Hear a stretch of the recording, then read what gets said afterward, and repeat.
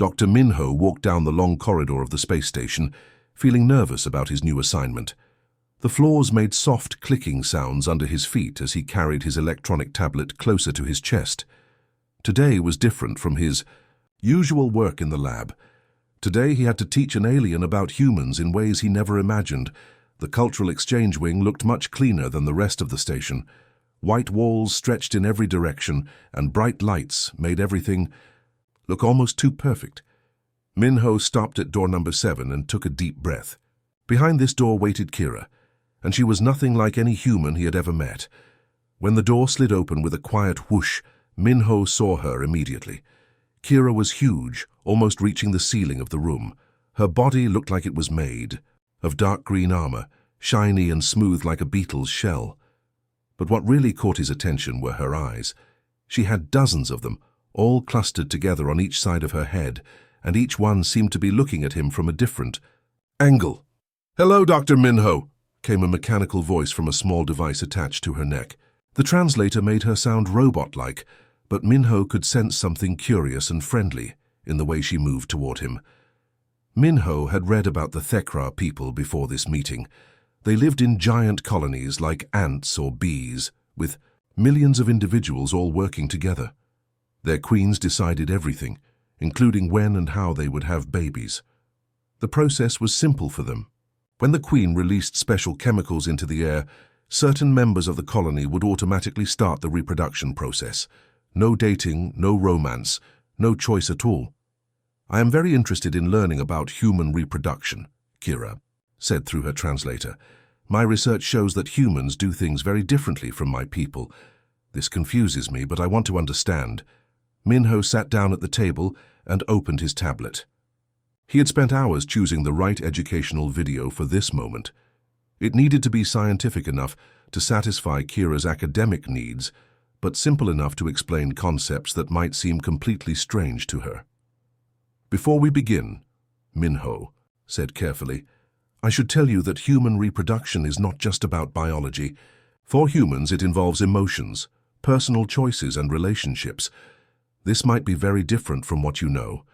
Kira's antennae, two long, thin parts sticking out from her head, began moving back and forth quickly. Minho had learned this. Meant she was thinking hard or getting excited about something. "Emotions," she asked. "Personal choices?"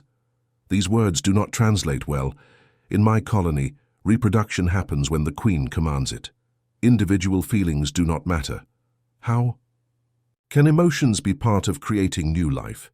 Minho realized this conversation would be much more complicated than he had expected. He was not just teaching biology to an alien scientist.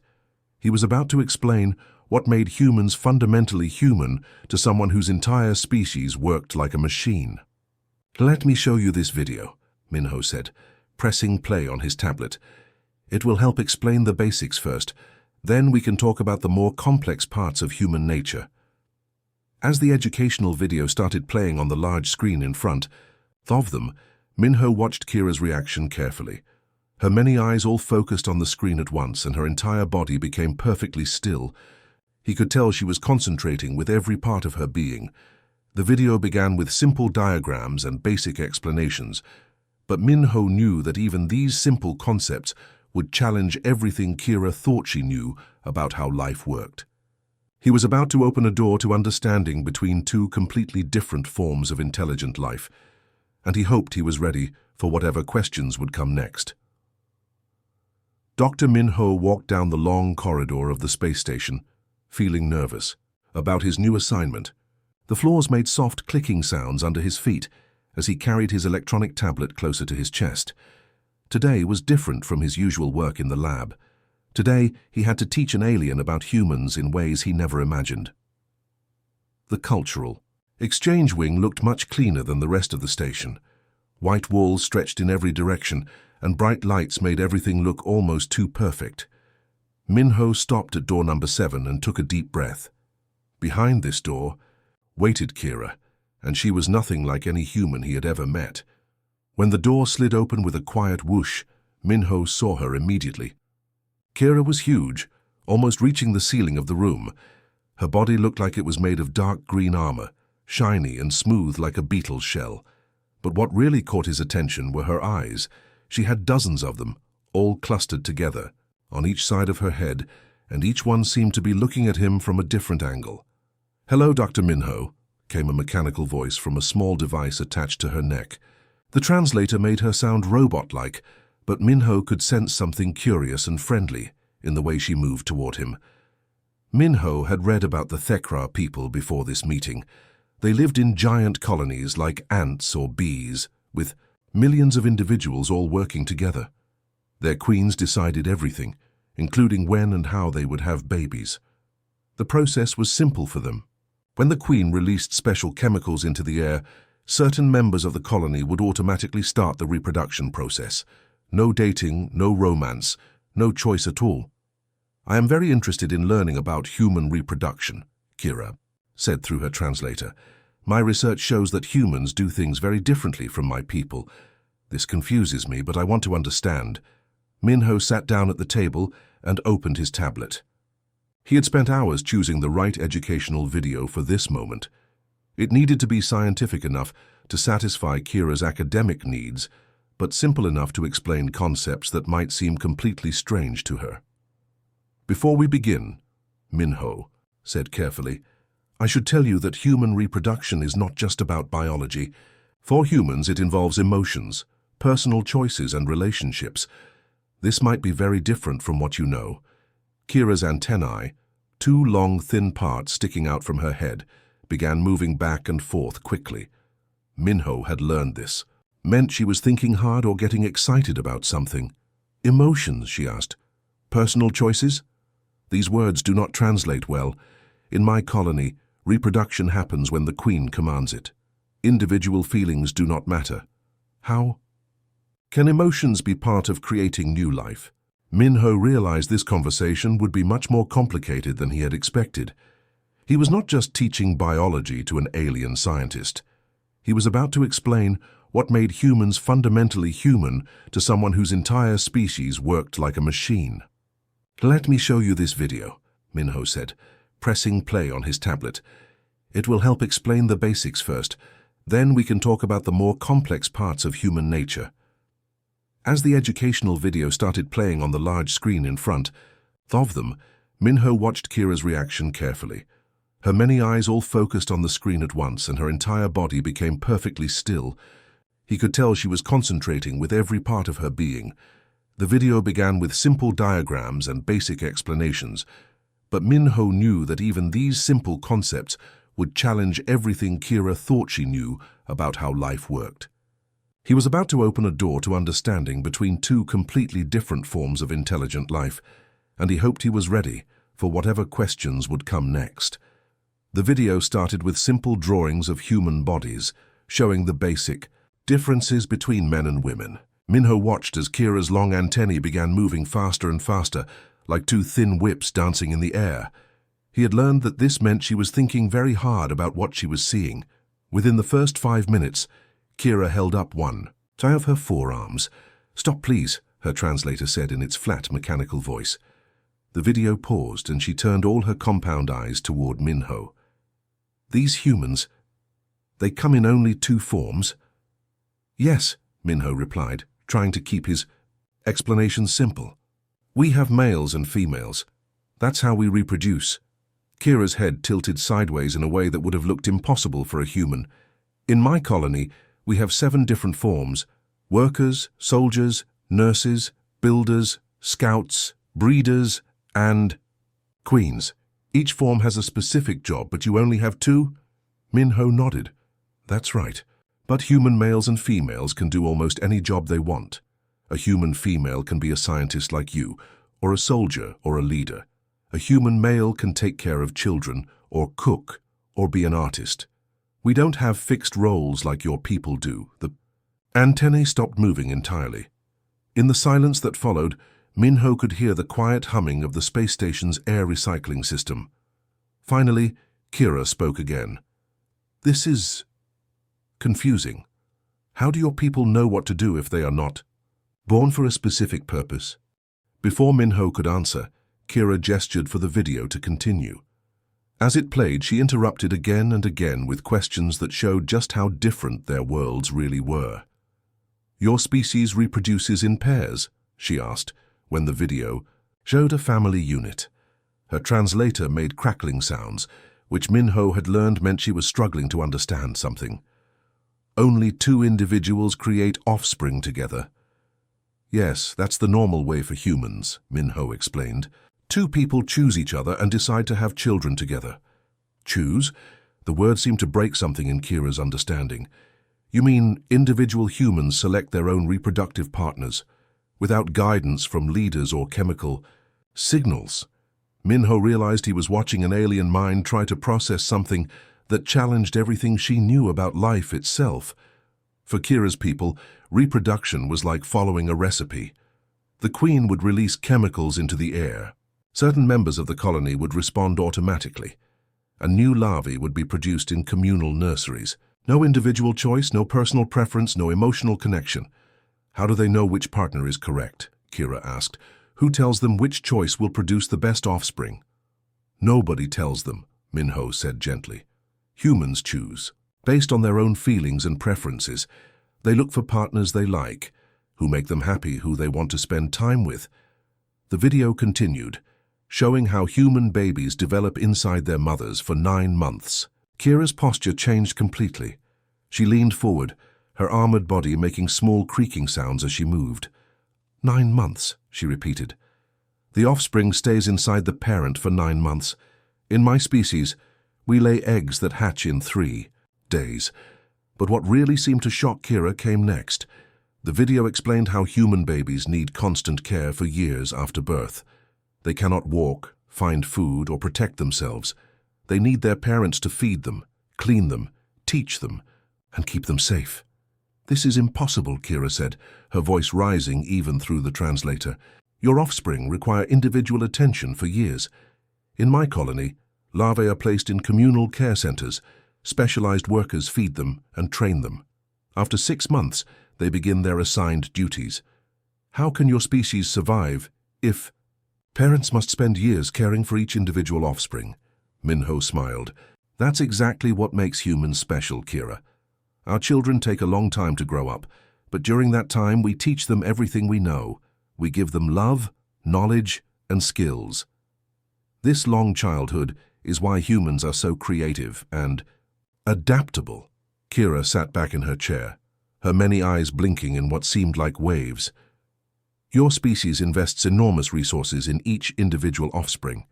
This should make you weak, but your people have spread across many worlds. How is this possible?" Minho paused the video again. "That's what we're going to explore together, Kira.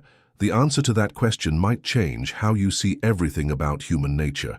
By the 3rd day, something had changed in Kira. She arrived at their meeting room earlier than usual, carrying what looked like 3 different electronic devices for taking notes. Her movements seemed more eager, almost excited, which was strange to see in a creature that usually moved with mechanical precision. "Dr. Minho," she began before he could even sit down, "I have been thinking about yesterday's lesson all night. My sleep cycle was disrupted because I could not stop processing the information." Minho set down his tablet and looked at her with concern. "Are you okay? Do you need to rest?" No. Kira's translator buzzed with what sounded almost like enthusiasm. "I need to understand something that makes no sense to my mind. The video showed humans engaging in reproductive behavior, even when they do not want offspring. This is impossible to comprehend." Minho had been dreading this conversation. How do you explain human intimacy to someone whose species treats reproduction like a scheduled work assignment? "Humans don't just reproduce to have children," he began carefully. "Sometimes they do it because they love each other and want to feel close. It's a way of showing affection and creating a stronger bond between partners." Kira's antennae began their rapid twitching again, but this time they moved in patterns Minho hadn't seen before. She was processing something completely foreign to her understanding of life. "Love," she repeated, and her translator made the word sound like a question. "Affection. Bond. These words keep appearing in your educational materials, but I cannot find equivalent concepts in Dhekra language or behavior." Minho pulled up a new section of the video, one that showed human couples holding hands, hugging and spending time together without any reproductive purpose. "Watch this," he said. "See how these humans touch each other gently, how they look into each other's eyes. This is how humans show they care about each other." Kira watched in absolute silence, her compound eyes reflecting the screen's light like dozens of tiny mirrors. After several minutes, she spoke in a voice so quiet the translator barely picked it up. "They touch without purpose, without commands, from leaders, without chemical signals telling them to do so. They touch because it makes them happy," Minho explained, "because they choose to show kindness to someone they care about." This seemed to break something fundamental in Kira's understanding. She began taking notes frantically, her forearms moving across multiple devices at once. The scratching and tapping sounds filled the room as she tried to record thoughts that didn't fit into any category she knew. "In my colony," she said while still writing, "physical contact serves specific functions. Workers touch to share chemical information. Soldiers touch to coordinate defense patterns. Nurses touch larvae to monitor health. But humans touch for pleasure? Comfort? These are not survival functions." The video moved on to show human courtship behaviors, and Kira's note-taking became almost frantic. She watched humans giving each other flowers, sharing meals, walking together under starlight. "Your species has elaborate rituals before reproduction," she observed. "But these rituals serve no practical purpose. The male giving flowers to the female does not improve genetic compatibility. The shared meal does not enhance offspring survival chances. Why do humans waste time and energy on activities that do not improve reproductive success?" Minho smiled, remembering his own first date with his wife. "They're not wasted time, Kira. These activities help humans learn about each other. They build trust, create happy memories, and help partners decide if they want to spend their lives together." "Spend their lives together?" Kira's head tilted so far sideways it looked painful. "You mean humans choose one reproductive partner for their entire existence? In my species, reproduction assignments change based on colony needs and genetic optimization calculations. Many humans do choose one partner for life," Minho confirmed. "We call it marriage. They promise to care for each other, support each other, and face life's challenges together." Kira stopped writing entirely. For a long moment, she just stared at Minho with all her compound eyes focused on him. "This partner," she said slowly, "becomes more important than the colony, more important than assigned duties?" "Often, yes," Minho replied. "Humans will make great sacrifices for the people they love. They'll move to different planets, change careers, even risk their lives to protect their partners and children." "This is inefficient," Kira stated, but her voice lacked conviction. "Individual attachment should not override collective benefit." "Maybe," Minho said, "but this inefficiency might be exactly what makes humans so successful. When people care deeply about each other, they work harder, fight stronger, and never give up. Love makes humans do impossible things." Kira's antennae stopped moving entirely. In the silence that followed, Minho could see her trying to process ideas that challenged every assumption her species had about survival, efficiency, and the purpose of existence itself. When Kira arrived for their fourth meeting, she carried something Minho had never seen before. It looked like a portable computer, but much more advanced than anything humans used. Streams of data flowed across its surface in patterns that hurt to look at directly. "Dr. Minho," she said, her translator crackling with what he was learning. To recognize as excitement, "I have been studying human cultural databases all night. What I discovered is disturbing and fascinating." Minho sat down, curious about what had captured her attention now. "What did you find?"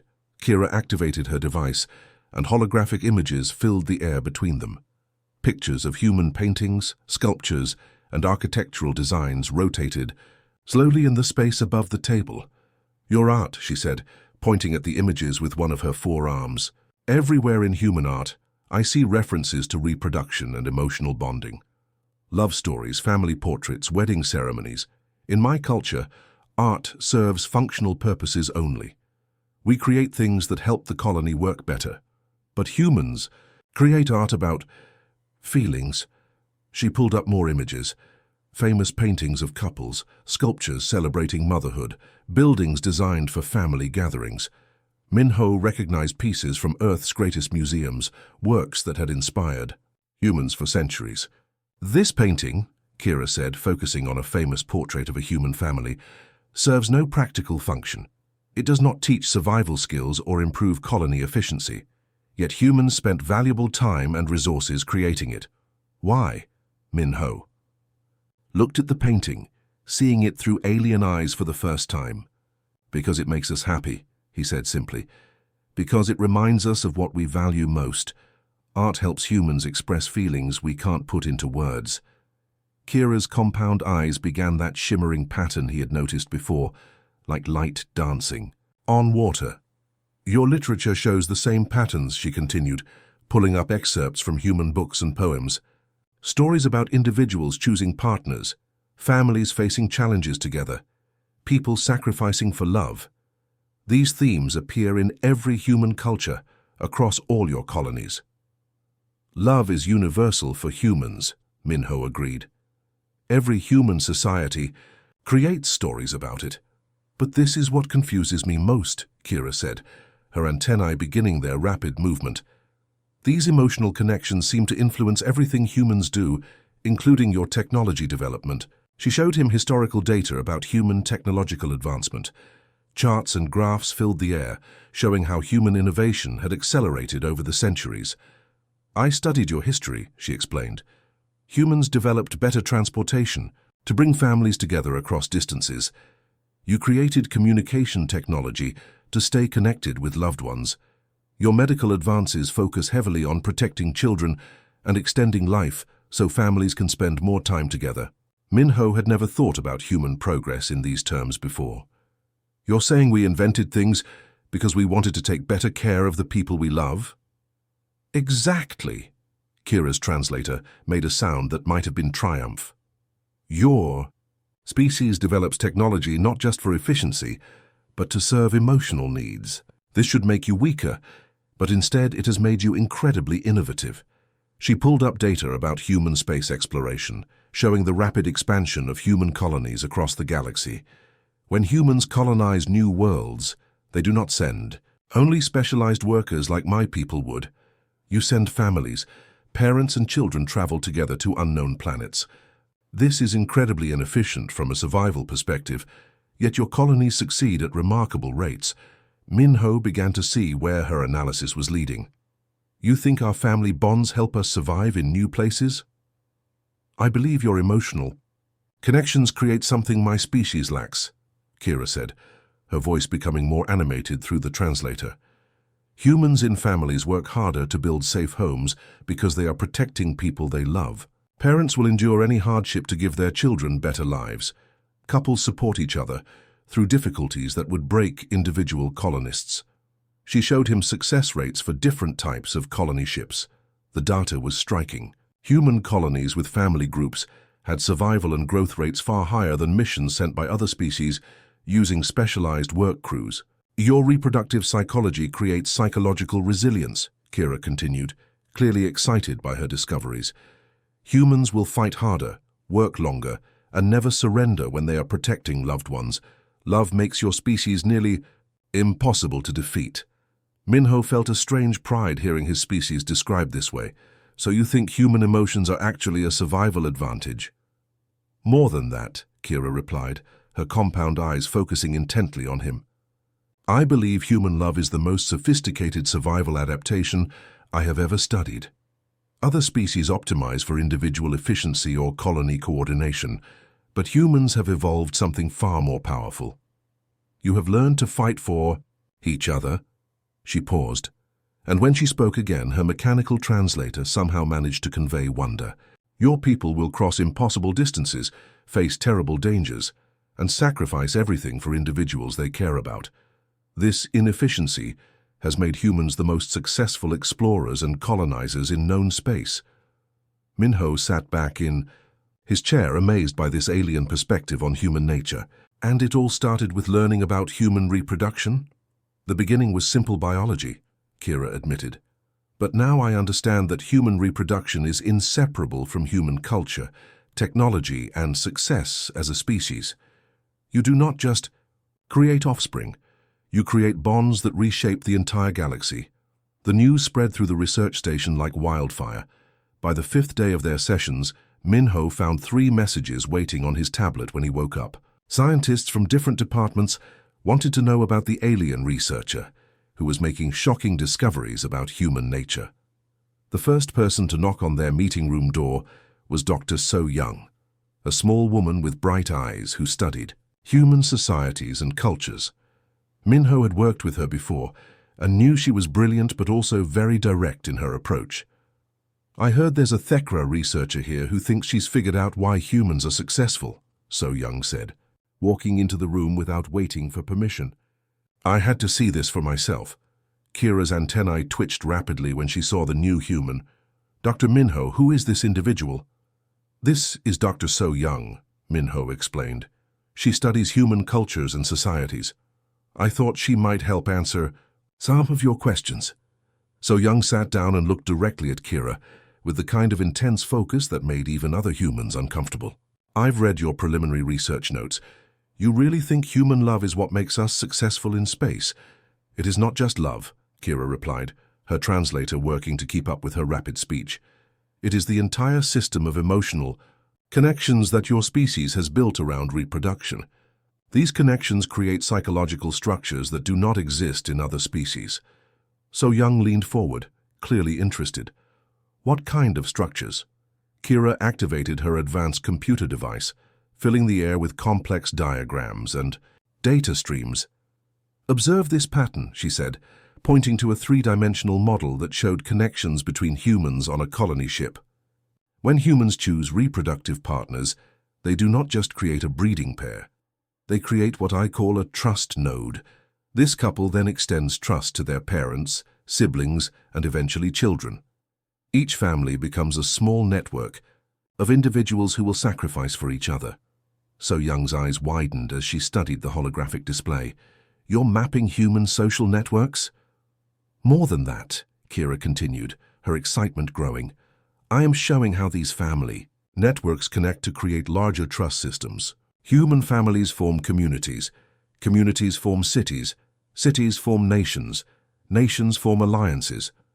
All of this starts with 2 individuals choosing to bond emotionally."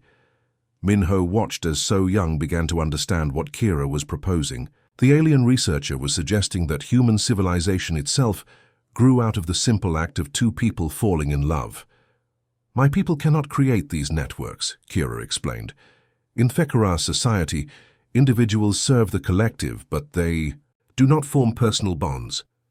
We are efficient, but we cannot innovate like humans, because innovation requires trust between individuals who choose to work together." So Young pulled out her own tablet and began taking notes rapidly. "You're saying human pair bonding created the foundation for cooperation?" "Exactly." Kira's translator made sounds that almost seemed like celebration. "When humans mate, they learn to trust one individual completely. This teaches them skills they can apply to larger groups. Humans can form teams with strangers because they have practiced trust in their families." The holographic display changed, showing human technological development over time. Kira had mapped every major human innovation and traced it back to collaborative efforts between individuals. "Your species' greatest inventions come from groups of humans working together by choice, not from assignment," she pointed out. "These collaboration skills develop first in human families, where individuals learn to sacrifice personal desires for the benefit of others they care about." So Young stood up and began pacing around the room, her mind clearly racing. "This explains something I've never understood," she said. "Human colonies succeed even when they face terrible challenges that should destroy them. Other species send their best workers, but humans send families." "Families are more than workers," Kira agreed. "They are resilient social units that adapt to any environment. When human parents face danger, they become incredibly creative in finding solutions because failure means harm to their children." Minho felt a chill as he realized what they were discovering. "You're saying human love makes us better problem solvers?" "Love creates long-term thinking," Kira explained, showing new data about human decision-making patterns. When humans choose partners, they plan for decades together. When they have children, they plan for generations. Other species focus on immediate survival, but humans build for the future, because they are building for people they will never abandon. So, Young stopped pacing and stared at the alien researcher. How did you figure this out?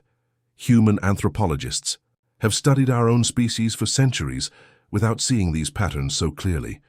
Kira's compound eyes shimmered in that way Minho had learned indicated deep thought. Perhaps because you are inside the system, you cannot see its shape. I'm outside so I can observe the whole structure. Your emotional complexity appears chaotic from within, but from my perspective, it shows perfect organization designed for survival and growth. The room fell silent as both humans absorbed what they had heard. An alien scientist, studying human reproduction out of simple curiosity, had discovered something profound about what made humanity successful in a galaxy full of other intelligent species. We need to document this properly, So Young said finally. This research could change how humans understand ourselves and how other species understand us. Kira's antennae moved in patterns Minho had never seen before. I believe this is only the beginning of what we will discover together. The conference room buzzed with nervous energy as technicians set up the holographic communication system. Minho had never seen so many different species gathered in one virtual space before. Representatives from 12 different worlds appeared, as shimmering three-dimensional images around the central table. Kira stood at the presentation podium, her chitinous exterior reflecting the room's lights as she prepared to share her research with the galaxy's top scientists. Her forearms moved independently, adjusting different pieces of equipment, while her compound eyes tracked the various alien faces watching her. Honored colleagues, her translator began, somehow managing to convey formality despite its mechanical nature. I present findings that may challenge our fundamental understanding of intelligence adaptation and survival strategies among spacefaring species. Dr. So Young sat in the front row, tablet ready to record reactions. Minho positioned himself near the technical controls, ready to help if the presentation equipment failed. Both humans felt the weight of the moment. What Kira was about to propose could change how the entire galaxy viewed humanity. The first holographic display showed comparative reproduction data from 15 different species. Bar charts and diagrams filled the air above the conference table, with human data highlighted in bright blue. Most spacefaring species optimize reproduction for efficiency, Kira explained. The Veltari reproduce seasonally in large groups. The Zephyrians clone genetically perfect individuals. The Mandorians use artificial selection to eliminate emotional variables. All of these approaches prioritize logical resource allocation. Representative from the Veltari delegation, appearing as a crystalline humanoid figure, interrupted. Are you suggesting that logical approaches are inferior, researcher Kira? I am suggesting that humans have developed something different, Kira replied diplomatically. Something that appears illogical, but produces remarkable results. The display changed to show human colony success rates compared to other species. The difference was dramatic. Human settlements had survival rates nearly 40% higher than the galactic average, despite using seemingly inefficient family-based colonization strategies. Impossible, declared the Zephyrian representative, whose image flickered with what Minho assumed was their species' equivalent of skepticism. Our mathematical models predict that human emotional attachment should create resource waste and decision-making delays. Kira's antennae began their rapid twitching pattern. Your models are correct about resource allocation. Human emotional bonding does consume significant energy and time. However, these models fail to account for the psychological benefits that emerge from this investment. She activated a new display showing brain scans from human colonists compared to other species. During crisis situations, the differences were striking. Human neural activity patterns showed unique responses when family members were threatened. When humans perceive threats to their emotional bonds, their cognitive performance increases dramatically. Problem solving. Abilities, physical endurance and pain tolerance all spiked to levels that exceed normal parameters. Other species experience performance degradation under stress, but humans often perform better. The room fell silent as the implications became clear. A delegate from the insectoid Cytherian collective, whose species operated on pure logical algorithms, spoke for the first time. You are proposing that human emotional irrationality is actually a sophisticated survival mechanism. Not irrationality, Kira corrected. Advanced adaptation. Human emotions appear chaotic because they operate on principles different from logical optimization, but they consistently produce superior outcomes in unpredictable environments. She showed footage from human colony ships during long interstellar journeys, families playing games together, couples supporting each other through difficult periods, parents teaching children skills that might never be needed. To other species, these activities looked like waste of precious resources during dangerous space travel. What you observe as inefficiency is actually psychological conditioning, Kira explained. Human families practice cooperation, problem-solving, and resilience during peaceful times. When crises occur, these practiced behaviors become automatic responses. The Mandorian representative, whose species had eliminated emotions through genetic engineering, seemed particularly disturbed by the presentation. Our people achieved perfect logical efficiency by removing emotional variables. Are you suggesting we made our species weaker? Kira paused, clearly aware that her answer could cause diplomatic problems. I am suggesting that different survival strategies work in different environments. Mandorian logical efficiency excels in stable, predictable conditions, but humans thrive in chaotic, unpredictable situations because their emotions provide adaptive flexibility.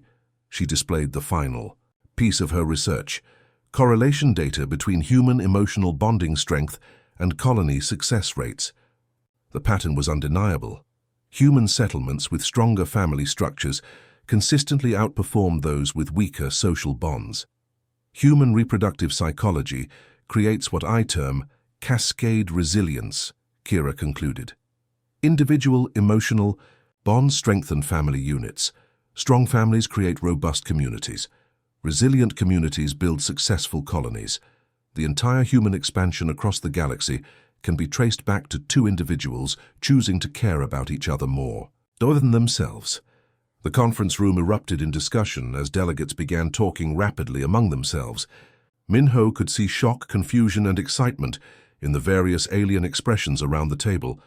Dr. So Young leaned over to whisper in his ear, "She's basically telling the galaxy that human love is our secret weapon."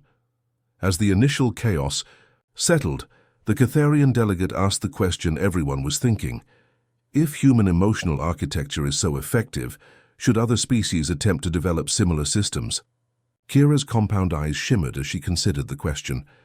That may not be possible. Human emotions appear to be the result of millions of years of specific evolutionary pressures, but understanding how they work may help all species better cooperate with humans and perhaps develop our own adaptive strategies suited to our unique natures. The presentation ended with thunderous applause from the human observers and various expressions of approval from the alien delegates. But Minho could see that Kira had done more than present research. She had fundamentally challenged how the galaxy understood intelligence, survival, and success itself. The research station had transformed into something Minho barely recognized. What began as a quiet orbital facility focused on routine scientific work now bustled with activity from across the galaxy. Ships arrived daily, bringing delegations of alien researchers, diplomats, and cultural observers, all wanting to understand Kira's revolutionary findings about human nature. Minho walked through corridors that had been expanded twice to accommodate visitors from species with vastly different physical needs. The crystalline hegemony required rooms kept at temperatures that would freeze most other beings. The thermal collective needed environments so hot that special cooling suits were mandatory for other species to visit their quarters. Yet somehow they were all here because of one curious alien researcher's questions about human reproduction. In her laboratory, Kira worked surrounded by data streams, holographic displays, and communication devices connecting her to research institutions across known space. Her forearms moved independently across different projects, while her compound eyes tracked multiple information feeds simultaneously. She had become the galaxy's leading expert on human psychology, despite being from a species that had no concept of individual emotions just months earlier. "Dr. Min-ho," she called out when she noticed him enter. "Perfect timing. I need your opinion on something strange I discovered." She gestured to a three-dimensional map floating in the center of the room.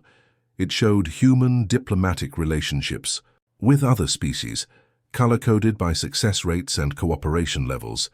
"Your species behaves differently with each alien culture they encounter," Kira explained, manipulating the display to highlight specific relationships. "With the logical Mandorians, humans emphasize efficiency and practical benefits.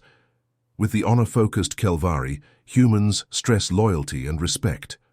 With my own collective-minded people, humans discuss community benefits and shared goals." Minho studied the patterns, seeing something he had never noticed before. "You're saying humans adapt their approach based on who they're talking to?" Exactly. Kira's antennae performed a complex dance that Minho had learned indicated excitement mixed with confusion. Most species have one diplomatic style based on their fundamental nature, but humans seem to have multiple approaches they can switch between depending on circumstances.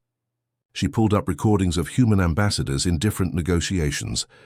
The same human diplomat spoke completely differently to different alien species, emphasizing different values and using different reasoning approaches, yet remaining authentically human in each interaction.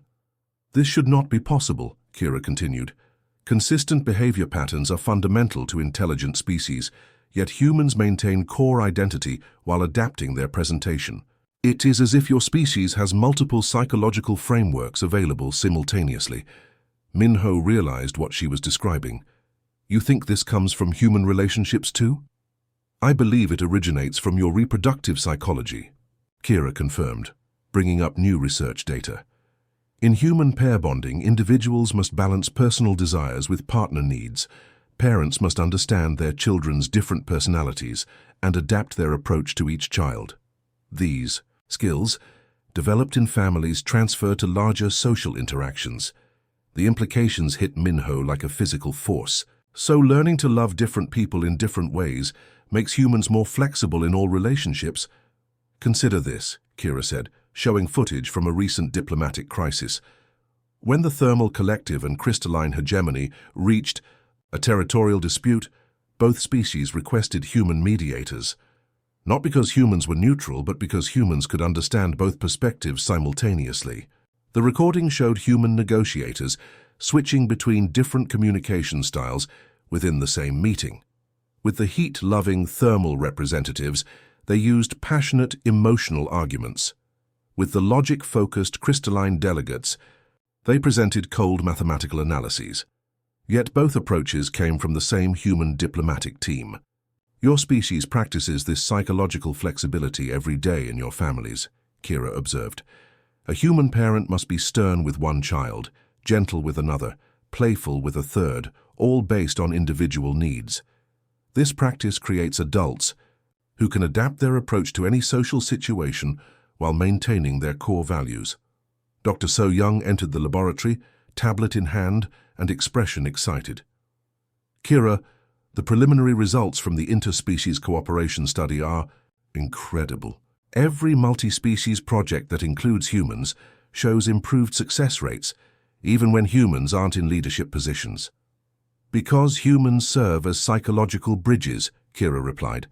"They can understand different species' motivations and help translate between conflicting viewpoints. This skill develops from managing complex emotional relationships within human families." Minho watched as more data populated the displays around them, charts showing human involvement in successful trade agreements, scientific collaborations, and even conflict resolutions across the galaxy. The pattern was undeniable. Wherever humans participated in multi-species efforts, outcomes improved. "We've been getting requests from over 30 different species asking to establish cultural exchange programs, specifically with human families," So Young reported. "They want to observe human emotional dynamics directly." Kira's compound eyes shimmered in that way that indicated deep processing. 6 months ago, I thought human emotions were biological inefficiency. Now I understand they represent the most sophisticated social adaptation in known space. Your species has evolved to thrive in complex, unpredictable social environments. The laboratory's communication system chimed with an incoming priority message. The Galactic Council was formally requesting Kira's research as the foundation for new interspecies cooperation protocols. Her work was becoming the basis for how different civilizations would interact with each other. "You know what's remarkable?" Minho said, looking around at the bustling laboratory that had become the center of galactic attention. "All of this started because you were curious about a basic educational video." Kira's antennae moved in what Minho had learned was her equivalent of laughter. "I wanted to understand human reproduction for my thesis. Instead, I discovered that human love is reshaping how the entire galaxy thinks about intelligence, survival, and cooperation." Another message arrived, this one from the Thekra home colonies. Kira's own people were requesting detailed reports about her findings, particularly interested in whether Thekra society could benefit from developing emotional connections between individuals. "It seems," Minho observed, "that understanding human nature is changing more than just how aliens see us. It's making everyone reconsider what it means to be intelligent, social, and successful in a universe full of different kinds of minds." Kira nodded, her attention already turning to the next phase of research that would explore how different species might develop their own versions of emotional intelligence while maintaining their unique cultural identities. The breakthrough came during what should have been a routine meeting. Kira sat surrounded by representatives from 7 different species, each sharing data about their own reproductive and social patterns. What started as a simple comparison quickly became something much more significant. "Look at this pattern," Kira said, manipulating a holographic display that showed reproductive strategies across multiple species. "The Veltari's seasonal reproduction creates their focus on long-term planning. The Mandorian genetic selection produces their logical perfectionism. Each species' psychology directly reflects their reproductive evolution." Minho watched as the alien representatives began to see connections they had never noticed before. The crystalline delegate from the hegemony spoke first, her voice creating musical tones through the translator. "You are suggesting that our reproductive independence shaped our solitary nature. We never considered this connection." "Exactly," Kira replied, her excitement growing. "Your species reproduces through individual crystal budding, requiring no cooperation with others. This created psychological independence that makes you excellent at tasks requiring individual focus and precision." She shifted the display to show the thermal collective's data. "Your people reproduce through group energy sharing, which explains your natural tendency toward collective decision-making and resource pooling." The thermal representative's body temperature rose slightly, indicating interest. "We always assumed other species were defective for not naturally sharing resources. You are saying we evolved different strengths, different adaptations for different environments," Kira confirmed. "Humans evolved emotional bonding for unpredictable environments. Mandorians developed logical optimization for stable conditions. Veltari created seasonal planning for cyclical challenges. Each approach is perfect for specific circumstances." Minho felt a chill of excitement as he realized what Kira was proposing. She wasn't just explaining why humans were successful. She was creating a framework for understanding how every intelligent species could maximize their natural strengths. Over the following weeks, news of Kira's expanded research spread across the galaxy faster than anyone expected. The Galactic Science Council called an emergency session to review her findings. Representatives from dozens of species requested copies of her data. Most importantly, practical applications began emerging immediately. The first major success came from an interstellar mining operation that had been struggling for months. The project involved 3 species working together to extract rare minerals from an asteroid field, but constant conflicts were causing delays and safety problems. Using Kira's research, the project coordinators restructured the operation to match each species' psychological strengths. The precision-focused crystalline workers handled delicate extraction work. The collective-minded thermal teams managed resource distribution and safety protocols. The adaptable humans served as coordinators and problem solvers when unexpected. Challenges arose. Within 2 weeks, productivity increased by 60% and workplace conflicts dropped to almost zero. "It works," Dr. So-Young reported breathlessly as she burst into the laboratory. The mining operation, the agricultural colony on Kepler-7, the research station near the galactic core. Every project that applies your framework is showing dramatic improvements. Kira's compound eyes shimmered with satisfaction. When each species focuses on their evolutionary strengths rather than trying to copy others, natural cooperation emerges. The recognition came sooner than anyone expected. The Galactic Science Council announced that Kira would receive the Cross-Species Understanding Medal, the highest honor for research that improved relations between different civilizations. The ceremony would be held on the neutral world of New Geneva, broadcast across every inhabited system. Minho found himself co-authoring research papers with Kira, something he never could have imagined when their sessions first began. Their latest study focused on optimizing multi-species colony ships using reproductive psychology principles. "Human families provide emotional stability during long journeys," he wrote in their latest paper. "Crystalline individuals offer precise, technical maintenance. Thermal collectives ensure efficient resource management. Rather than forcing one model on everyone, we create ships that utilize each species' natural advantages." The practical results were revolutionary. Colony ships, designed using Kira's principles, showed success rates that exceeded anything in recorded history. More importantly, the different species aboard these ships reported higher satisfaction and better relationships with their alien crewmates. But perhaps the most significant change was cultural. Species that had viewed each other with suspicion or dismissal began to see value in their differences. The Mandorians, who had long considered emotions to be primitive, started requesting human advisors for projects requiring creative problem-solving. The collective-minded species began appreciating the individual precision that crystalline beings brought to complex tasks. "We are witnessing the birth of truly collaborative galactic civilization," Kira observed during one of their evening work sessions.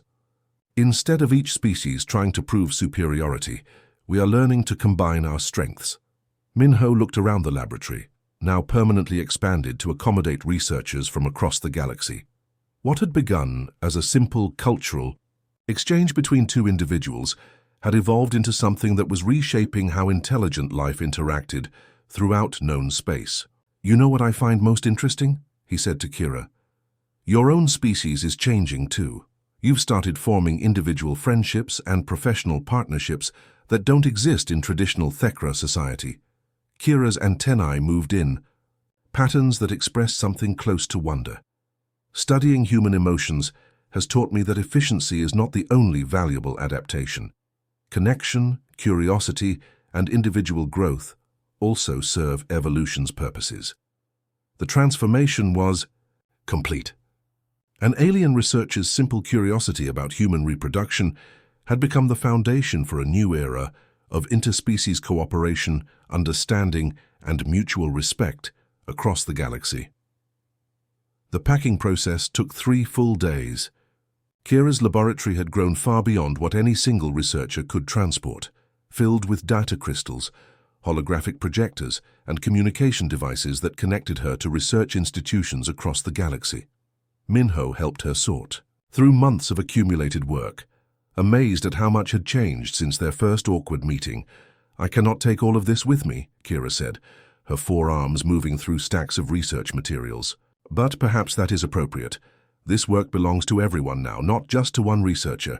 She paused at a small device that had been recording their sessions since the beginning. The simple educational video about human reproduction was, still stored in its memory, the starting point for everything that followed. "Dr. Minho," she said, her translator managing to convey something that sounded almost like nostalgia. "When I first requested access to human educational materials, I expected to spend 2 weeks writing a simple comparison study. I never imagined that learning about your species would change how I understand consciousness itself." Minho picked up one of her data crystals, knowing it contained research that was already being taught in universities across dozens of worlds. You've given the galaxy a new way to think about intelligence and cooperation. That's an incredible legacy. The research station had planned a formal farewell ceremony, but Kira preferred something simpler. She gathered the small group of humans and aliens who had worked most closely with her in the main laboratory. Dr. So Young was there, along with representatives from several species who had participated in her expanded studies. "I want to share something I have never told another being," Kira began, her compound eyes focusing on each individual in the room. "When I first arrived here, I thought emotions were evidence of evolutionary failure. My species prides itself on logical efficiency, and human behavior seemed chaotic and wasteful." She activated one final holographic display, showing a timeline of her research discoveries over the past year. "But studying human reproduction taught me that efficiency is not the only measure of evolutionary success. Humans sacrifice efficiency for connection, logic for love, individual advancement for family welfare. These choices should make your species weak, but instead they have made you the most adaptable and successful explorers in the galaxy." The crystalline delegate in the room spoke through her musical translator. "Your research helped my people understand that our solitary nature is not superior to collective behavior, just different. We are now collaborating with other species in ways we never considered possible." Kira's antennae moved in complex patterns as she processed this feedback. "This is what I learned from humans. Different does not mean defective. Each species evolved perfect solutions for their specific challenges. The galaxy becomes stronger when we combine our different strengths rather than trying to prove one approach is best." She turned to Minho with what he had learned to recognize as deep gratitude. "Your species taught me that curiosity about others is more valuable than assumptions about superiority. Human love is not weakness disguised as strength. It is strength. That appears to be weakness to those who do not understand its true power." The recording device in the center of the room captured her final formal statement, destined to be archived in research libraries across known space. "I began this study, seeking to understand human reproductive biology for academic purposes. Instead, I discovered the secret of human success throughout the galaxy. Your species' greatest achievement is not your technology, your art, or your exploration capabilities. Your greatest achievement is your capacity to form emotional bonds that transcend biological necessity." She paused, and when she continued, her mechanical translator somehow managed to convey warmth that moved everyone in the room. "Humans care about each other in ways that defy logical analysis. Parents sacrifice everything for children who may never reproduce their genes. Partners support each other through difficulties that offer no survival advantage. Communities protect individuals who contribute nothing to collective efficiency. This should make humans weak, but instead it makes you nearly impossible to de-ind."